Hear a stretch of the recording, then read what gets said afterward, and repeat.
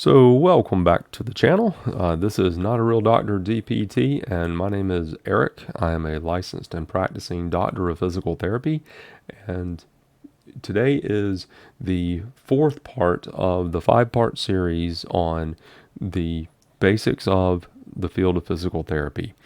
We've already gone over what is physical therapy, when or why a person would seek a physical therapist, when should a person go seeking physical therapy care. So now we're going to talk about the how of that. How do you actually get to a physical therapist? So that will depend on ultimately on where you're living and what your insurance is. As I mentioned in the previous video, I am in the United States of America. I am not aware of what referral situations are like within other countries for physical therapy. So if you live somewhere like Australia, if you live in Europe, you're going to need to contact your insurance company or your insurance provider to find out what are the steps that you need to go through to get an order or a referral to seek physical therapy care there where you live. However, if you're in the United States of America, depending on the state that you live in, there might be some differing requirements for that referral.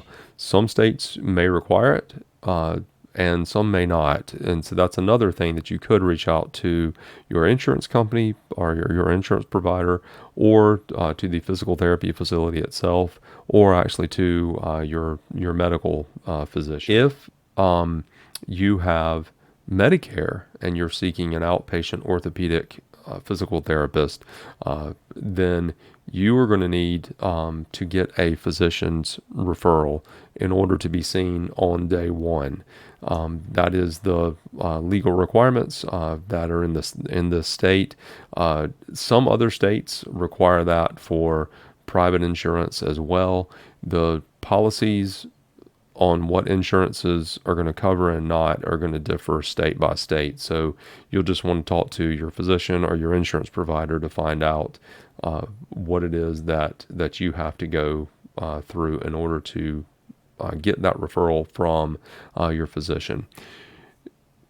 Something else that you want to think about when you're looking at starting with an outpatient orthopedic physical therapist is going to be location to where you live or practice, or not practice, but live or where you work. So you're likely going to be going to that outpatient clinic to start with about 3 times a week. Sometimes it could be 2 times, but normally in the outpatient setting, what I've told my patients is, look, I can't help you get better by touching you less. So I like to start with 3 times a week. Then we'll do that for a week or two, and then we'll do a stair step kind of fashion as we go through the patient's rehabilitation, and go from 3 times a week down to 2 times a week, and then ultimately down to 1 time a week. And then we discharge the patient at that time. So knowing that that's the case, you're going to want to choose a physical therapy provider who is relatively close to either your home or your work. You want to since those are the 2 things that will take up the most time for your schedule day to day, you're going to want to position a PT clinic near there.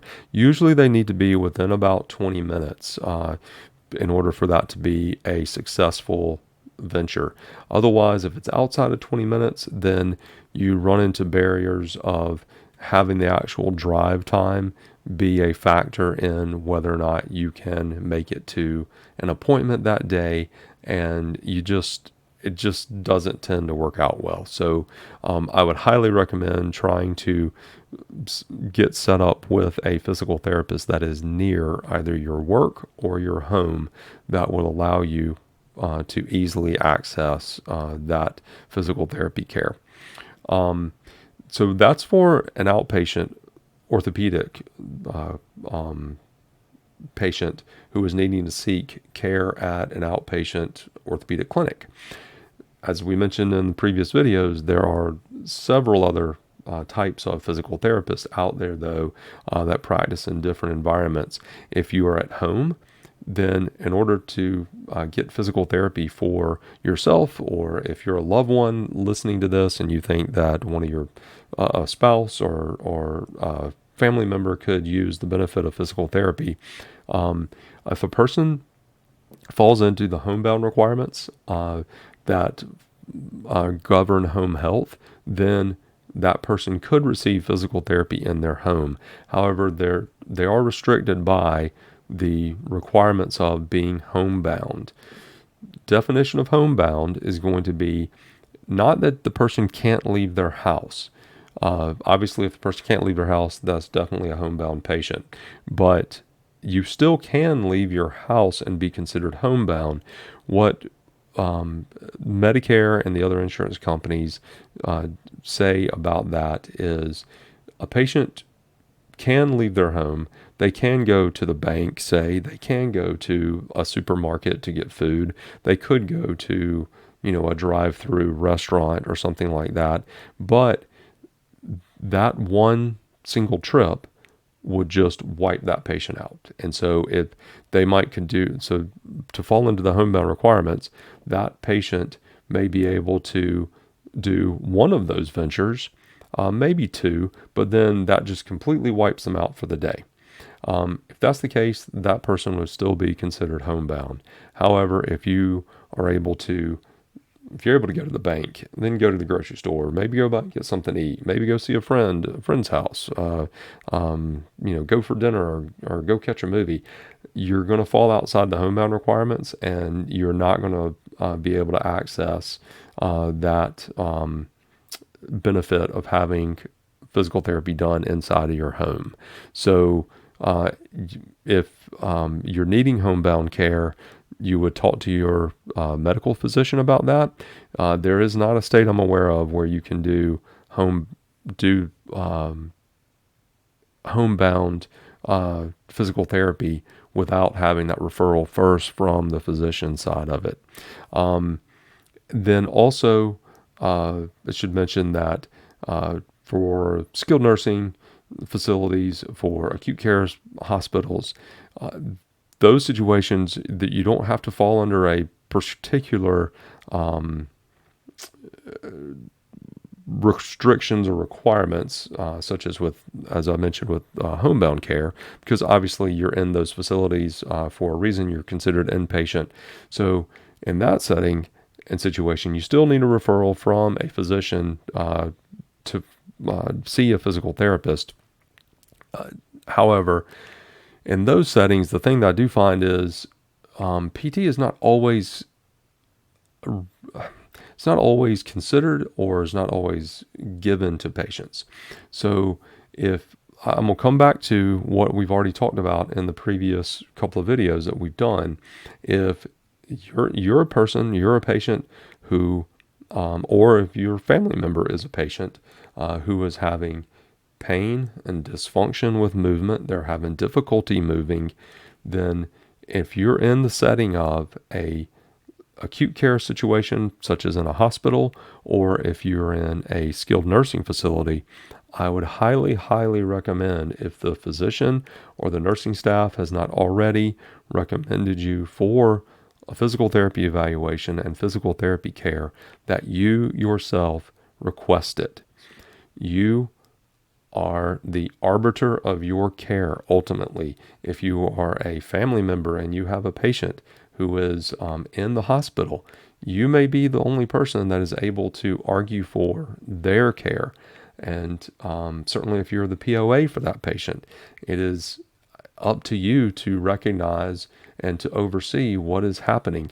Don't be passive in this situation. If you are having pain with movement, if you're having dysfunction with movement, if you're having difficulty with movement, that is of a joint, or if that is for your multiple joints and your whole body, you can't get out of bed, you can't move, I would highly recommend requesting a physical therapist evaluation. Usually, if you request that, the physicians will respect that and respect patient wishes. There might be some cases out there where it would be more beneficial to hold on physical therapy for a while, but I would highly recommend just having that discussion with the physician, touching base on this and seeing, do they recommend physical therapy at this time, or would it be better to hold off on that? And then when it is more appropriate for the patient's medical condition, then go forward with PT at that time. So those are kind of in the inpatient kind of settings. And as I'm talking with you here, I am reminded that there is kind of a hybrid out there, and there are not a whole lot of companies that do this, but there is a hybrid home care that is done under the outpatient orthopedic umbrella. I don't know all the ins and outs of doing outpatient in a person's home. I've never done that particularly myself.